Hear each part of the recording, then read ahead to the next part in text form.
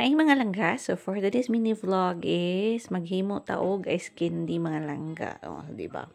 So na ako'y napalit na mangga mga langga. So nakabili ako ng 1 kilo ng mangga mga langga. Oh my god mga langga, ang presyo ng mangga dito is quite expensive ngayon kasi hindi season ng mangga, kaya napasubo si Inday Juntes na bumili ng mangga mga langga. So ayan, so para para matagal mo kainin yung mangga mga langga, so gawin yung ice candy. Kaya yun ang ginawa ko mga langga para tatagal yung mangga ko mga langga. So kasi kapag isang piraso kakainin ko, so isang araw ko lang yung kakainin. Pero at least kapag gawin mo siyang ice candy mga langga, so ilang araw mo siyang kakainin mga langga, o di ba? So ayan na mga langga, so pinaghalo-halo ko na lahat ng mga ingredients, yung nestle cream, evap at saka condensed, and then pati na po yung mga mangga na slice ko ng maliliit at saka na smash ko na din siya mga langga kasi parang malalaki pa yung ano kasi niya, yung hiwa niya. So ayun, so smash ko muna siya bago ko ihalo dito sa mixtures mga langga. And then nilagyan ko pala siya ng cheese din pala mga langga, so wala na sa video, so hindi na nakunan. So nilagyan ko ng cheese para pangdagdag lasa mga langga, para sumarap yung ice candy ni Inday Juntes. So ayan na po yung final mixture niya mga langga. So ayan, ready na siyang ilagay sa plastic mga langga. So ayan na naman tayo sa struggle na paggawa ng ice candy kasi walang imbudo si Inday Juntes mga langga. So ayan, nag-DIY siya pero failed pa rin yung DIY niya. So wala, no choice, mano-mano, and then pahirapan ng paglagay ng mixture dito sa plastic mga langga. So ang tagal kong natapos dyan mga langga, pero so far natapos ko naman siya. Pero pahirapan nga, struggle talaga pag walang imbudo paggawa ng ice candy mga langga. So ito na po siya yung final result ng ice candy. Hi mga langga, so for today's mini vlog is tara, sasamahan nyo pala kami ni mama na maglakad or mag-backslide papuntang Kayapis mga langga. So proper Kayapis mga langga. So ayan mga langga, so wala kasi kaming sasakyan, so wala si papa, so kami lang dalawa ni mama sa bahay. So may schedule pala ako mga langga na prenatal check-up dito sa my health center ng Kayapis mga langga, kasi last week pala sinabihan pala si mama sa nurse na kailangan ko pa rin bumalik dun sa health center mga langga, kahit na if may prenatal check-up din ako sa OB ko sa hospital mga langga. So sabi ko kay mama, kapag pupunta tayo dun sa proper Kayapis mama, maglakad na lang tayo at dito tayo dadaan sa may shortcutan papuntang proper Kayapis mga langga. So may daanan naman talaga mga langga doon sa kalsada, kahit kaya lang malayo siya. So mayroong shortcut mga langga.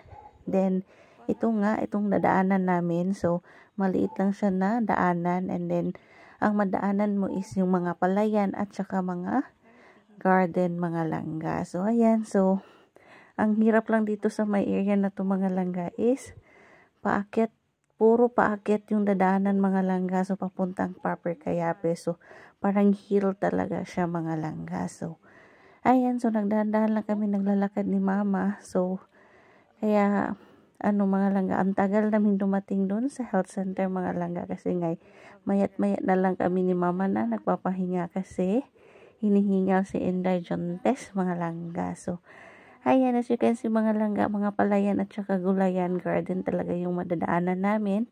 And then at saka may mga sapa mga langga. So yung sapa pala nila is yun pala ang nagsusupply ng tubig dito sa palayan at saka sa mga garden mga langga. So ayan, so nag-i-enjoy naman si Inday Juntes na naglalakad, even if matagal kaming nakarating doon sa health center mga langga, kasi panay kami nagpapahinga ni mama. So ito pa yung overlooking ng kapag nandito ka sa taas mga langga, so yung napakalawak na mga palayan pala mga langga. So ayan, malapit na kami sa health center mga langga, so isang akyatan na lang makakarating na kami dito sa proper Kayapis mga langga. So sad to say, nung dumating kami doon is wala yung nurse mga langga. So nabukya kami mga langga. Hi mga langga, so for today's mini vlog is continuation po pala ito nung pumunta kami ni mama sa health center dito sa may proper Kayapis mga langga. So nung nabukya kami mga langga, so kaya yun, saktong-sakto nung pagpunta namin sa health center mga langga, nag-message yung pinsan ni Mama na Centilla Lane na may watwatan daw sa kanila mga langga. It means kainan pala. So, ayun. So, sakto. Yung bahay nila is nasa baba lang ng health center mga langga. Kaya nilakad lang namin ni Mama mga langga papunta sa kanila. So, ito po yung madadaanan nila natin mga langga. So, as you can see mga langga, may nakita kayong mga puntod. So, kahit saan dito mga langga, so may mga puntod. So, normal lang sa kanila. So, hindi pinagbabawal na kapag may mamatay or pumanaw na mahal sa buhay mga langga. So, dito lang talaga sa gilid ng bahay nila nila inililibing mga langga. So, hindi po talaga siya hindi bawal. So, ganito talaga dito sa may Cordillera area mga langga. So, ngayon, nandito na kami Kinantila Lane. So, nakiwatwat na naman si Inday Jontes. So, busog na naman si Inday Jontes. So, ayan. So, nagpahinga muna kami ni Mama dito saglit dito sa Kinantila Lane kasi mahaba-habang lakaran na naman yung lalakarin namin mamaya pag uwi papuntang sitio sa Del mga langga. So, ayan. So, that's it. And then, thank you for watching. Hi mga langga. So, today is Sunday. Last Sunday of this month of October mga langga. So, ayan. Maaga nagising si Inday Jontes mga langga para sumama kina Mama na magsimba mga langga dito sa may Pie Cake area dito sa Kapangan mga langga. So, malapit lang naman yung church dito mga langga.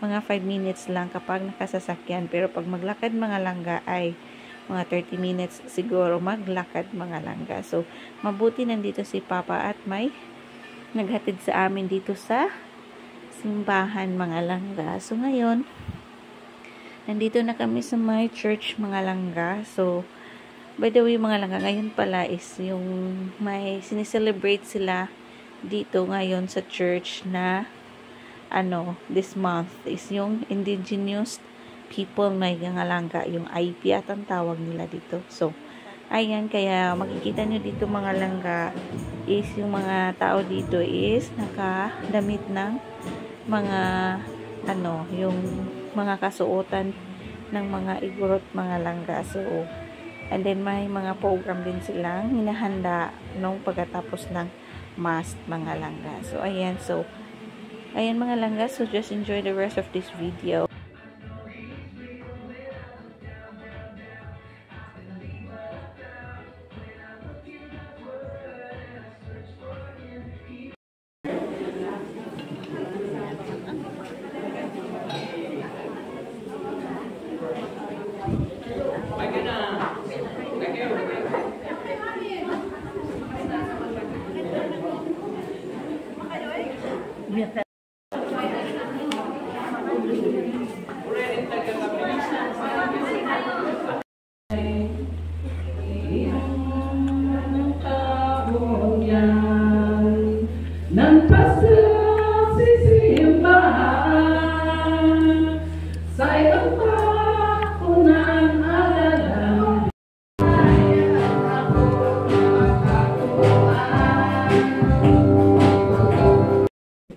So, hi mga langga. So, may parcel na naman. Akong dumating si Inday Jontes. So, ito palang parcel na to is galing sa Davao.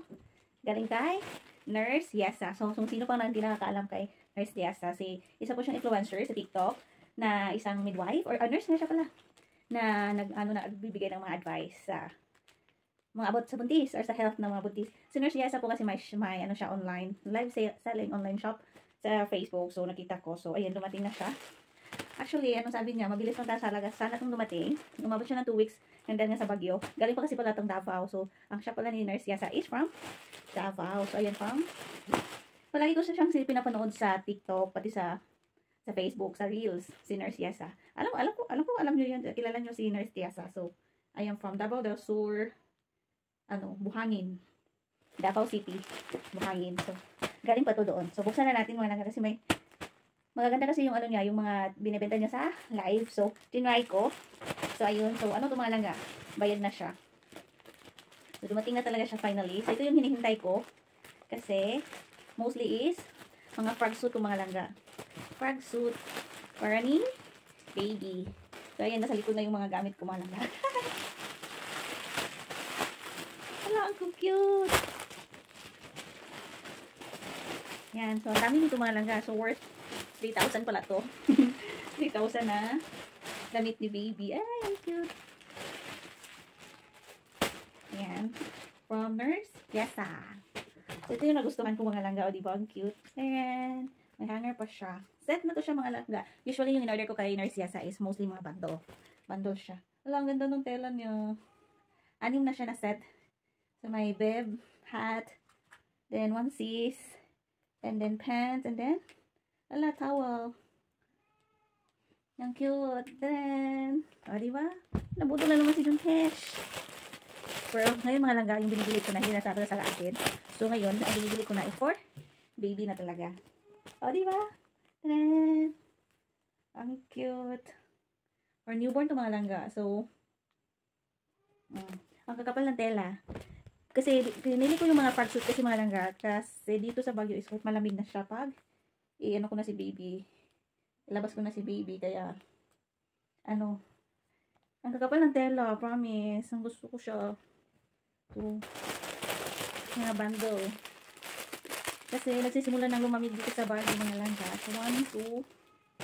May cute na socks pa. O, di ba? Socks. Set din to siya eh. Pants. And then, ito. Onesies. Na tops. At saka, bib. Marami to guys. Ang cute. So, ayan. Onesies. Ang kapal ng tela. Gusto ko siya. Tsaka may brand talaga siya. Baby Berry. 2. So, thank you, Nurse Yesa. So, ayan, mag-aabang na naman ako sa live selling mo. May mabudol na naman ako. Ang ganda kasi ng tela dyan, guys. Promise. Ang kakapal niya. Cotton talaga siya. Cotton. So, ayan, sakto. Ayan, meron pa dito. May naganda ka pa dito, guys, eh. Yung cute na set din. Si pastel yung. Then, ang cute. Diba? Ang mga binibili ko na ngayon sa online mga langga is hindi na talaga para sa akin. So, para kay baby na talaga siya. And then, ayan, bumili din ako ng mga 3 to 6 months na. Kasi mabilis lang lumaki yung mga babies ngayon. Ang dami to guys. Ayan, free. Gray. Ang kakapal ng tela niya guys. Worth it yung ko, binayad. Worth it yung binayad ko. Kasi may mga pangalan yung, mga langga. Yung, tela niya. At saka mga kapal, cotton siya. So yun na guys, yan lang. share ko sa inyo. And super cute talaga.